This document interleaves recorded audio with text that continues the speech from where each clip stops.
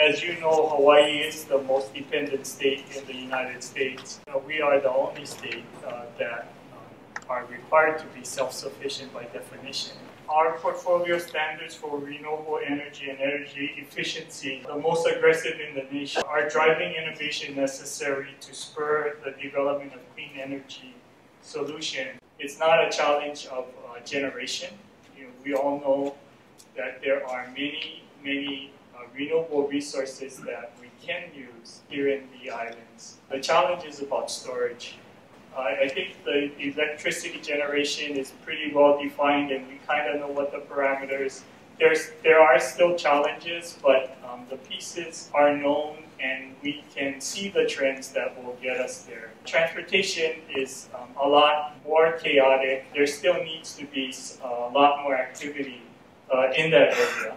I really think that that is a huge challenge and opportunity for us as we drive to a renewable future. I believe the transportation challenge will be even bigger than the challenge in electricity generation. Aloha kako and good afternoon to everyone. My goal on this panel is to bring the conversation down from the lofty future into the present and talk about what we need to do today to make a difference to achieve this goal. We all want to end up in the same place, but we do differ sharply on the way forward. And there's so many elephants in the room in this conversation, you'd think we were on safari. We have to address this in the context of the proposed merger, in the context of competing plans for LNG, in the context of the inter-island cables, in the context of customers defecting from the grid in extraordinary numbers, and in the context of stubbornly high rates. We have some important decisions to make. My goal in this talk is to help understand some of our choices. So we've been talking together as a group about the customer-focused utility, I think now for 2 years. We spent a lot of time debating about what's good for customers, but these debates will often shape our own self-interest. We truly believe that objective data helps the debate. It helps companies design, it helps regulators understand, it's devoid of any self-interest, and we believe that customers should be heard directly because it's a democratic kind of value and agenda.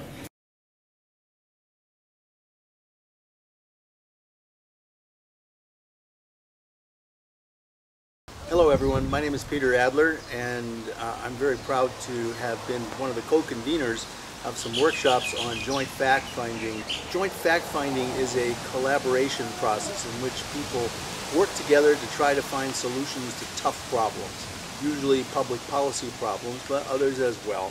And joint fact-finding, or JFF, is one version of many different methods.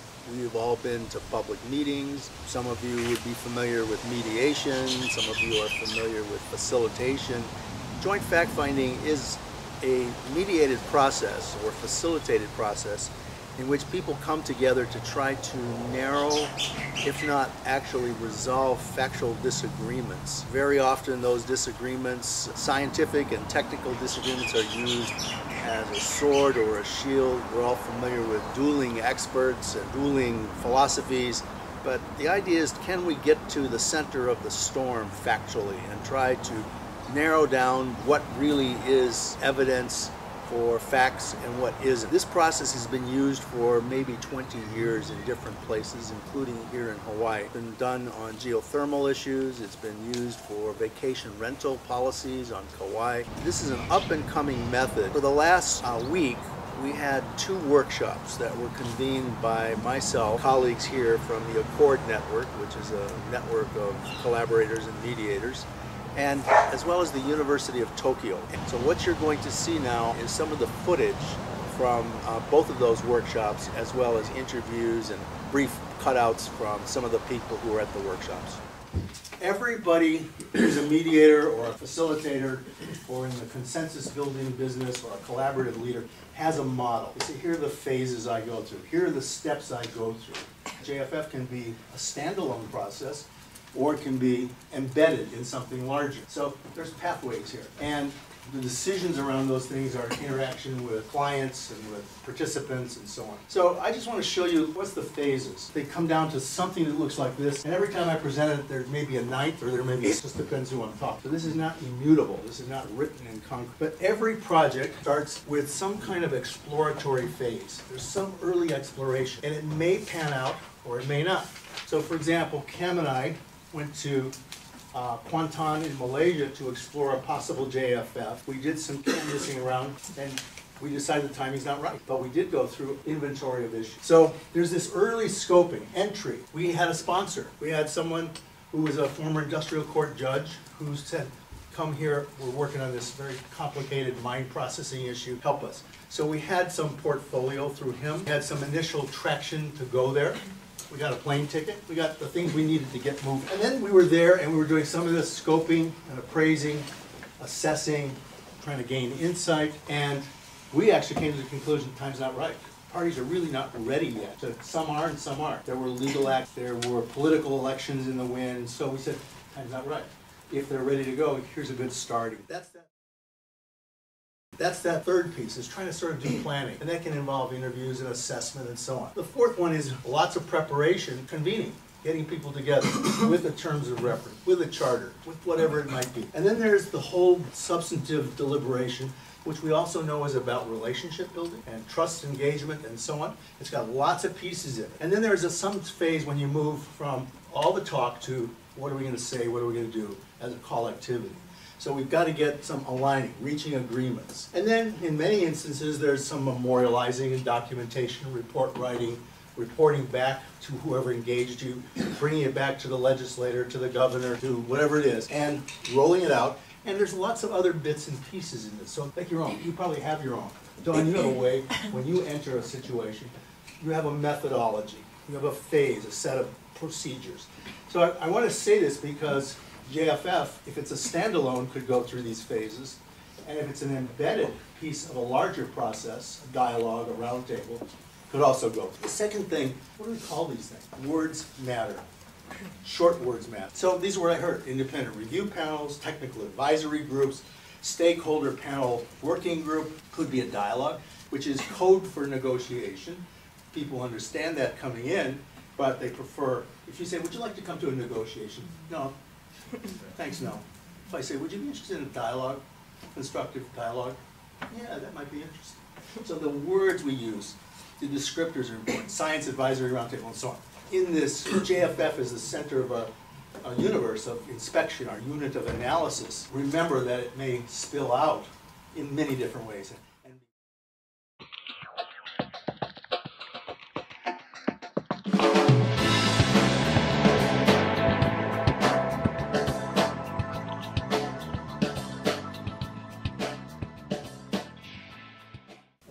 Playing around with the development of geothermal beginning in the late 1970s, probably by the early 1980s. The state does some early drilling, finds the combination of heat and water right along the rift of Kilauea, which is the most active volcano on the earth. And the first efforts in geothermal are somewhat pioneering. Small geothermal generating plant, water's not re-injected, it's put out in big ponds, it's kind of big and ugly, and the steam is going off all of the time. But it basically proved the concept that geothermal was there and it could be developed. But living next to that at that point in time was a little messy. There weren't a lot of residents nearby, but there was a lot of subdivision around that area that had been there for some years. So people were moving into that community. Subsequent development of the power, they went through a geothermal permitting process, actually permitted to do 60 megawatts of power. We're now at 36 maybe, or I forget. Developed now as a fairly clean and dependable source of baseload power. All fluids are re-injected. There are periodic small leakages. The key issue from the community perspective are a couple of things. One is release of hydrogen sulfide, which is part of the geothermal reservoir, odor associated with that, and a bit of noise and a bit of kind of anxiety about the power plant. In 1991, there was in fact a major blowout during a drilling event that allowed for a 31-hour uncontrolled venting of the well before they got it under control. So there's a history that kind of makes the neighborhood uncomfortable about geothermal. But nevertheless, it's now a fairly key piece of the Big Island's baseload power and meets a substantial portion of what the utilities are trying to accomplish in terms of green energy. But there remains in the community a fairly strong group of people who are being reminded and remember or moved into and were educated about the long history, some of which not so pretty. So there's a fairly strong and well-organized opposition to this, to geothermal continuing to happen. This is fed by, in the real early years, by this concern that somehow manganese nodules were going to be pumped off the earth and they're going to look for a place to, with cheap energy, that they could turn into an industrial complex for the purpose of processing nodules. And then back in the 2010s, this notion that somehow a cable would be run between the Big Island and Oahu, and we would be providing a substantial portion of the island's energy from geothermal resources, to wit, that community would live with the impacts of that. So every time state government would start talking about a new cable and a new 100 megawatts, and the utility company put out an RFP for another 50 megawatts, the community is concerned about the ramping up of this particular technology. So they become very good at arguing points that are hard to argue alternatives on. And about 2 years ago, there were a series of public bills in the county council that looked to address public health related issues of geothermal. And in typical fashion, these are 3 minutes to testify. You got your opportunity to stand up and say whatever you want to say about your health. And the community showed up in fairly large numbers, making all kinds of allegations. And there was no way to kind of foil those or test any of those claims, but it makes for good press, and it makes for, media sitting at all of these meetings, and health became a big issue. Current mayor saw the politics underlying this process and also thought that the solution being proposed wasn't the appropriate solution. He vetoed the bill, and they withheld his override. But the issue still persists. So I started to plant seeds within the context of the mayor's office, managing director, and others, and maybe there's a way to address this in a logical way that we can get to the bottom of it. One of the things the community had done is they had already selected a researcher, the community, the activist community, had selected a researcher who they thought could come and do a public health study, and we'll show you this problem. Well, if you go on his website, he's one of these guys who's never seen an H2S molecule that he liked. So clearly, if a scientist like that took on this project under their direction, you'd end up with a very blame-oriented response that the report would give you to undercut the credibility of geothermal and the growth of this potentially useful energy resource. So I guess we were successful at getting the conversation up into the mayor's office. So basically, to enable this to happen, we had to say to the mayor, look, this is an issue you need not to be involved with at all. That you need to turn this issue over to Peter and say, let him go and have these conversations. So let's go figure out what that sign's supposed to look like. So basically that's the way it came down. It was a fairly simple contract, but it said, go forth, Peter, and walk about. We gave him some names of people he should talk to. He put together a group of a dozen folks that included both of the most strident activists in this group and others aligned with him. Epidemiologists from the pharmacy school, the gas expert from the Hawaii Volcanoes National Park, and a group of community members. Some of them were quite new to the community, but brought good monitoring skill or background or had some kind of technological resource to provide. I don't know, it was around 9 months. He added up about 1,500 hours of people's time. Meetings mostly on Sundays, Sunday afternoons that went for 5 to 6 or 7 hours, and really focused and held the conversation around core questions. And the whole process started with what are the key questions we're trying to solve for here, and trying to bring all conversation back to those core questions. And that's really was the art of Adler's experience in this conversation, was to try and shape these conversations and to keep them on track. All meetings were open to the public. They were all in a public community hall. People could come in and sit around the table and watch this conversation. They couldn't say anything until the end, and then they were welcome to make comments. It was a very instructive conversation, and the geothermal developer was there, the state was there, and just kind of hoping something good would come from it. In the end, the report had about 9 recommendations in it. This was not in trying to resolve the science, but it was trying to focus the question, how do you address the question of community health?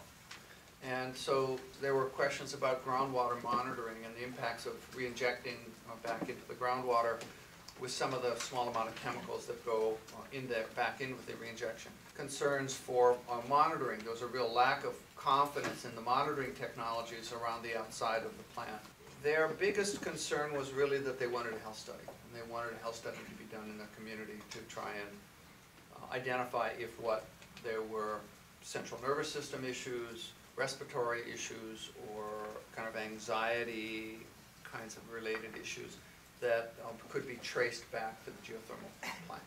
Tough scientific questions, particularly in an arena in which there's a fairly small population base around the outside, so you have a fairly small sample size to work from, and to a very low, relatively over the last 20 years, except for a couple of events, very low exposure indication. So it makes for tough science, but it's in an area of unclear science, and there is in the scientific community some different points of view about the impacts of high toxicity H2S clear science. Everybody knows what it is, over 100 or parts per million, you're going to die.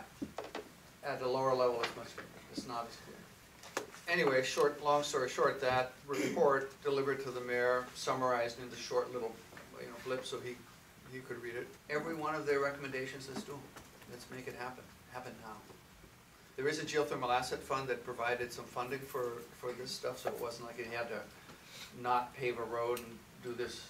There's already a resource that was independent to help to do this. So we have been, for the last 3 to 4 months, trying to knock these individual pieces off the table. So there are 3 studies, groundwater. We're doing a meta-analysis of all of the work that's been done on H2S so that we can have a broad picture of what the rest of the field has done over the... But the community still really wants a health study. And we're still struggling with what the scope of that looks like and how to go through a process, because the last thing we want to do is to get to this spot and have the study itself be subject to another critique. Because we picked the wrong guys, or we went through a process, or we didn't do what they wanted. So that Peter recommended that we let this advisory group kind of go off into the sunset and go about and do what we want to do. The mayor chose to say, look, we're going to keep these guys inside, we're going to hold on to them, we'll consult with them on an ongoing basis, keep them in close contact.